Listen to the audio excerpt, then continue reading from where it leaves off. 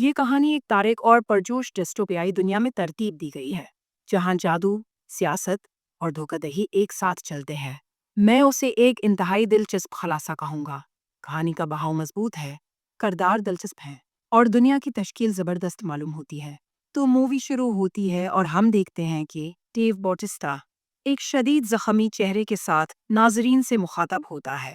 وہ کہتا ہے کہ یہ کوئی پریوں کی کہانی نہیں اور یہاں خوشگوار انجام ممکن نہیں۔ زمین ایک غیر مہذب اور تباہ حال دنیا میں بدل چکی ہے جسے لوس پلینس کے نام سے جانا جاتا ہے۔ یا اوورلارڈ حکمرانی کرتا ہے جبکہ چرچ سخت قوانین کے ذریعے نظام قائم رکھتا ہے۔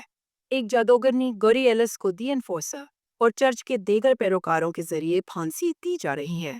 گوری ایلس اپنی طاقت کا استعمال کرتے ہوئے ایک آدمی کو خود کو آزاد کرنے پر مجبور کر دیتی ہے، لیکن انفورسر فوراً اسے قتل کر دیتا ہے۔ اس کے بعد وہ اپنے ساتھیوں کو ہلاک کر دیتا ہے، حکم دیتا ہے کہ وہ گوری ایلس کا پیچھا کریں۔ دوسری طرف بوائز بغیر زخموں کے لوسٹ لینس میں تنہا گھوم رہا ہے۔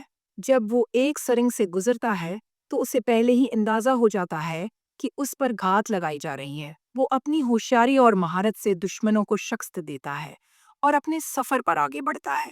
گوری ایلس ایک نابینا جادوگرنی کے پاس پناہ لیتی ہے۔ اسے بعد میں ملکا اور جیرائس، جو کہ اوورلارڈ کے سیکرٹری چیف ہیں، کی طرف سے طلب کیا جاتا ہے۔ ملکا، جو کسی بھی درخواست کو رد نہیں کر سکتی، گوری ایلس سے کہتی ہے کہ وہ ایک شکل بدلنے والا ویئرولف تلاش کرے اور اگلے پورے چاند سے پہلے اسے اس کے غار میں مار دے تاکہ وہ اس کی طاقت حاصل کر سکے۔ تاہم جیرائس خفیہ طور پر گوری ایلس سے کہتا ہے کہ یہ مشن ناکام ہونا چاہیے کیونکہ وہ سمجھتا ہے کہ یہی ملکا کے لیے بہتر ہے۔ ادھر ملکا اوورلارڈ سے نفرت کرتی ہے، جو کہ بیماری کے باعث قریب المرگ ہے۔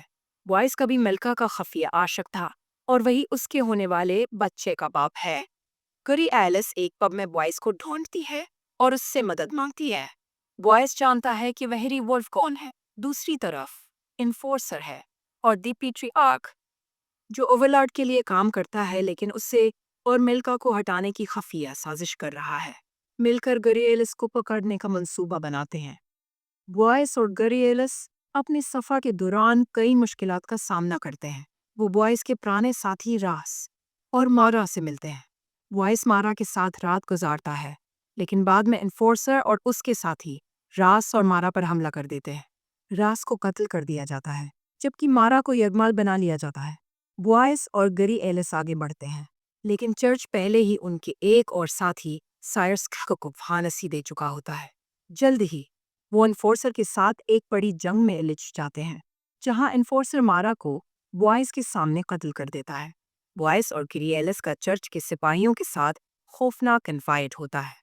بعد میں وہ ایک آیا ٹرام سے فرار ہوتے ہیں لیکن انفورسر ٹرام کی کیبل کاٹ دیتی ہے۔ بوائز گوری ایلس کو بچانے میں کامیاب ہو جاتا ہے اور گوری ایلس اپنی جادوئی طاقت سے بوائز کی جان بچاتی ہے۔ ان کا سفر جاری رہتا ہے اور وہ جنگلی درخت جیسے مخلوقات، ٹری لائک مونسٹرز کا سامنا کرتے ہیں جن کا لیڈر گوری ایلس کو پہچان لیتا ہے۔ وہ کہتا ہے کہ اسے یہاں واپس نہیں آنا چاہیے تھا۔ گوری ایلس ایک طاقتور جادو کا استعمال کرتے ہوئے ان مخلوقات کو جلا کر راکھ کر دیتی ہے۔ وہ بوائز کو بتاتی ہے کہ وہ خود ایک مسئلہ ہے اور اس پر بھروسہ نہیں کیا جانا چاہیے۔ اسی دوران ملکا اپنے قریب المرگ شور اوورلارڈ کو قتل کر دیتی ہے اور اس پر ظاہر کرتی ہے کہ وہ بوائز کے بچے کی ماں بننے والی ہے۔ پیٹری آرک اسے قتل کروانے کا منصوبہ بناتا ہے لیکن جیرائس مداخلت کر کے اسے مار ڈالتا ہے اور خود ملکا کے ساتھ تعلق قائم کر لیتا ہے۔ پوری چاند کی رات گوری ایلس اور بوائز اسکل ریور پہنچتے ہیں جہاں پتہ چلتا ہے کہ کوئی ساڈون نہیں تھا بلکہ بوائز ہی وہی شکل بدلنے والا درندہ تھا۔ چاند نکلنے پر وہ ویری وولف میں تبدیل ہو جاتا ہے۔ گوری ایلس اس پر چاندی کے پنجوں سے حملہ کرتی ہے اور اسے بے ہوش کر دیتی ہے۔ جب بوائز دوبارہ انسانی شکل میں آتا ہے تو گوری ایلس انکشاف کرتی ہے کہ اسے پہلے سے معلوم تھا کہ وہی شکل بدلنے والا ہے اور اس نے پہلے ہی اس کے خون میں چاندی کا زہر شامل کر دیا تھا۔